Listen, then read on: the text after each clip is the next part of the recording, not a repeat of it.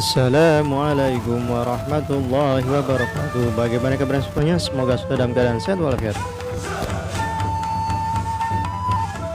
Oke, pada kesempatan kali ini kita akan membahas tentang dakwah Sunan Bonang, terutama dalam biografi dan cara dakwah beliau di Nusantara.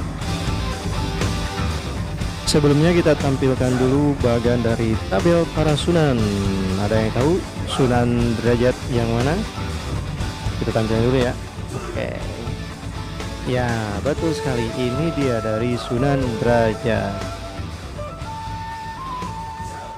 Seperti halnya dalam pembahasan sunan-sunan yang lain, pada kali ini yaitu kita akan membahas tentang Sunan Derajat.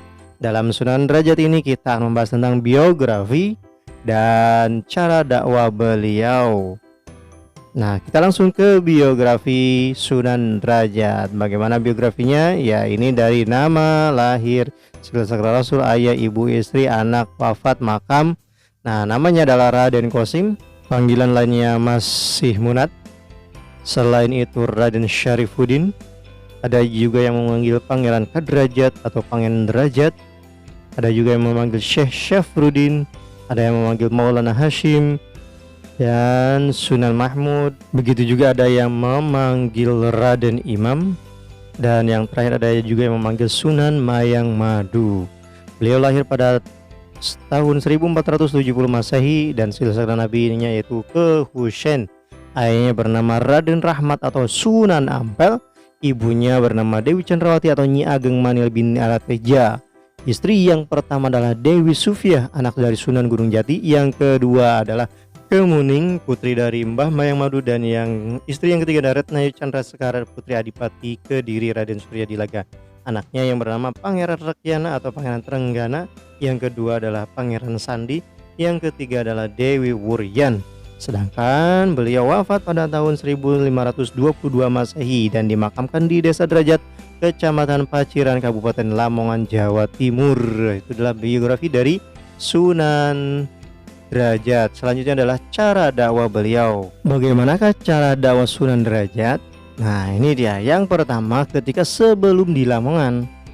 Nah, pada saat sebelum di Lamongan, Sunan Derajat ada kebiasaan yaitu disuruh oleh ayahnya yaitu Sunan Ampel untuk berguru atau belajar ilmu kepada Sunan Gunung Jati.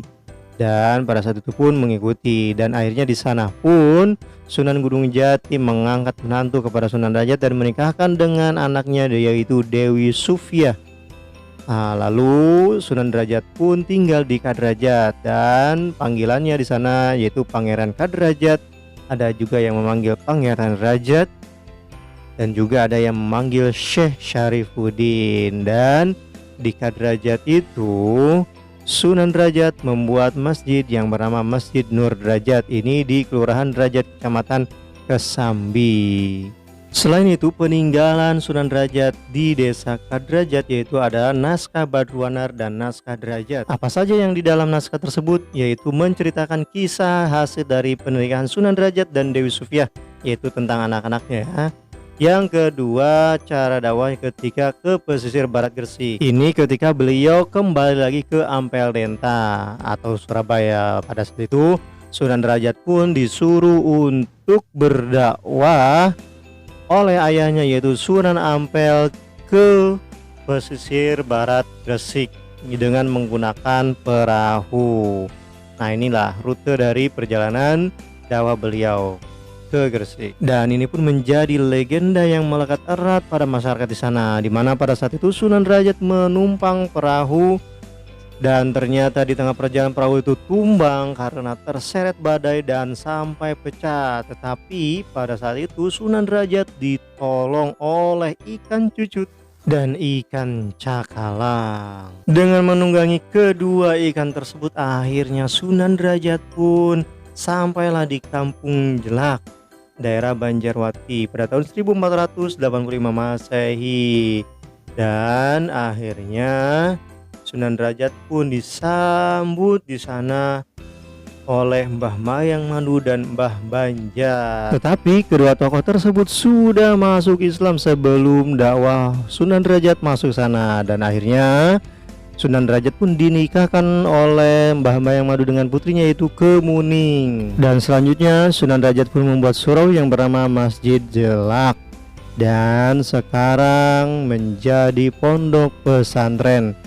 Dan sekarang bernama pondok pesantren itu adalah Pondok Pesantren Sunan Derajat. Dan nama kampungnya diganti dari Jelak menjadi Banjaranyar, karena berubah yang tadinya kampung tidak ramai menjadi ramai dan menjadi kampung yang besar. Tidak lama kemudian, setelah 3 tahun, Sunan Derajat pun berpindah tempat dakwahnya, yaitu ke arah selatan dari Desa Jelak, tepatnya 1 kilometer dari Desa Jelak yang bernama di Desa Derajat. Dan di sana beliau dikenal dengan Sunan Derajat. Lalu tidak lama kemudian beliau pun tidak lama berpindah tempat ke daerah perbukitan. Di daerah perbukitan itu yang bernama Dalem Dawur, yaitu sekitar 9 hektar. Ini berlandaskan dari petunjuk yang diberikan mimpi oleh Sunan Giri. Dan Sunan Derajat pun mengikuti, dan beliau pun meminta izin dan diberi izin oleh Sultan Demak untuk membuka lahan perbukitan di daerah selatan. Dan ternyata lahan tersebut angker dan makhluk halus pun meneror dan menyebar penyakit di malam hari. Sunan Derajat pun mampu mengatasinya dengan baik, yaitu dengan cara berkeliling kampung setiap malam. Dan di sana pun Sunan Derajat membangun masjid yang sekarang dikenal dengan Masjid Sunan Derajat. Itulah dari dakwah di pesisir Gresik oleh Sunan Derajat. Selanjutnya yaitu cara dakwah dari segi ekonomi. Bagaimana?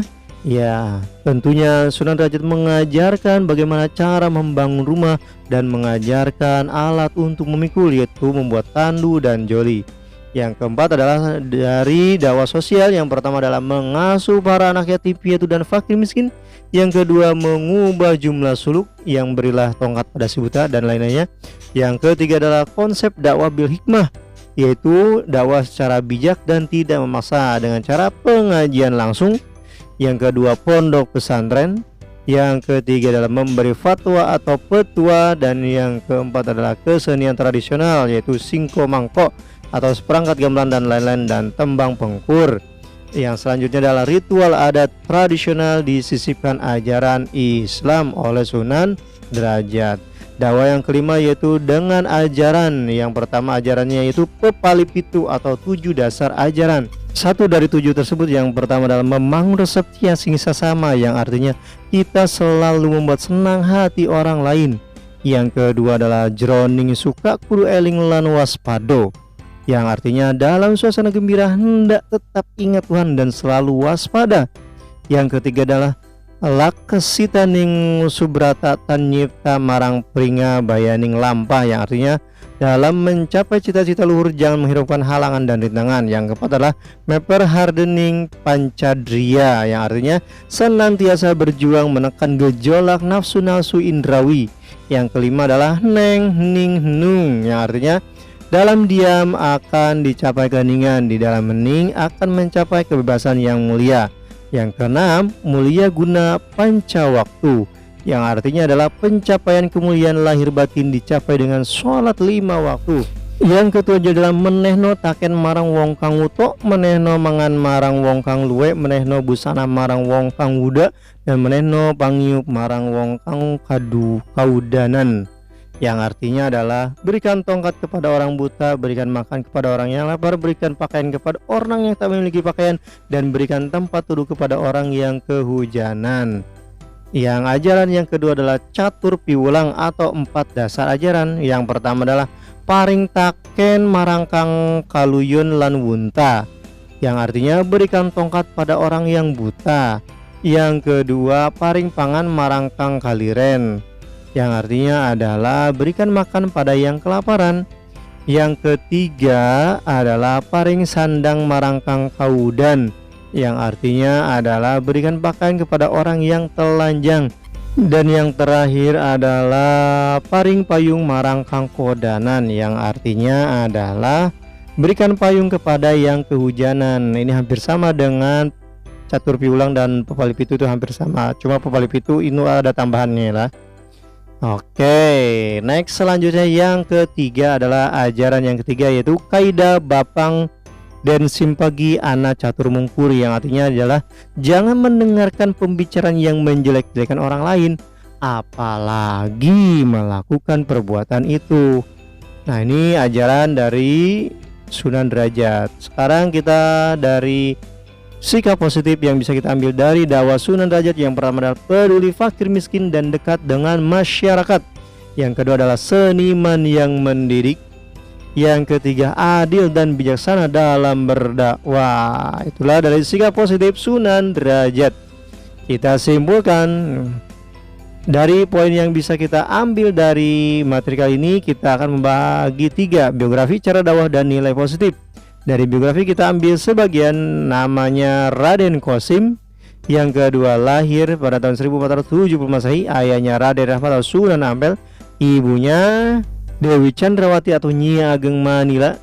Istrinya yang pertama Dewi Sufia. Istri yang kedua adalah Kemuning. Istri yang ketiga adalah Retnayu Chandrasekar.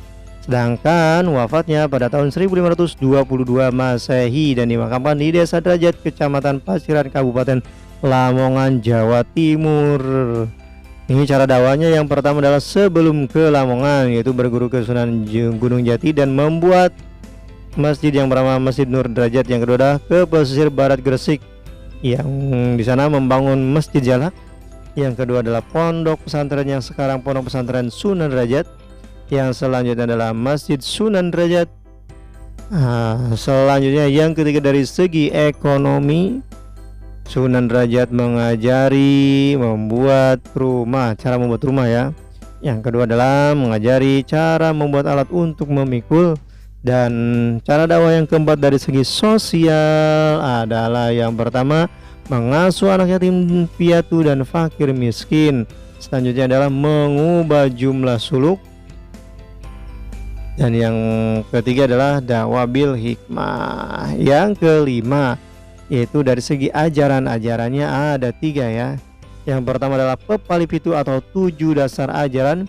Yang kedua adalah catur piulang atau 4 dasar ajaran. Dan yang ketiga adalah kaidah Bapang dan Simpangi Ana Catur Mungkur.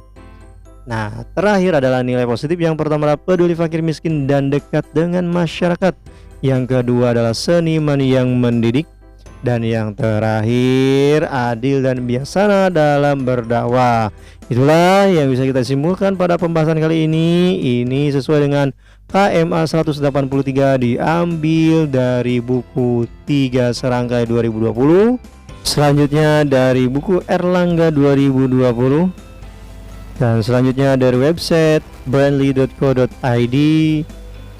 Dan yang terakhir dari website ppsd.or.id atau Pondok Pesantren Sunan Derajat.or.id. Yeay, alhamdulillah, barusan sudah kita mempelajari tentang dakwah Sunan Derajat. Semoga apa yang kita pelajari dan kita bisa ambil hikmahnya dari dakwah Sunan Derajat. Dari saya juga sekian, kurang lebihnya mohon maaf. Wassalamualaikum warahmatullahi wabarakatuh.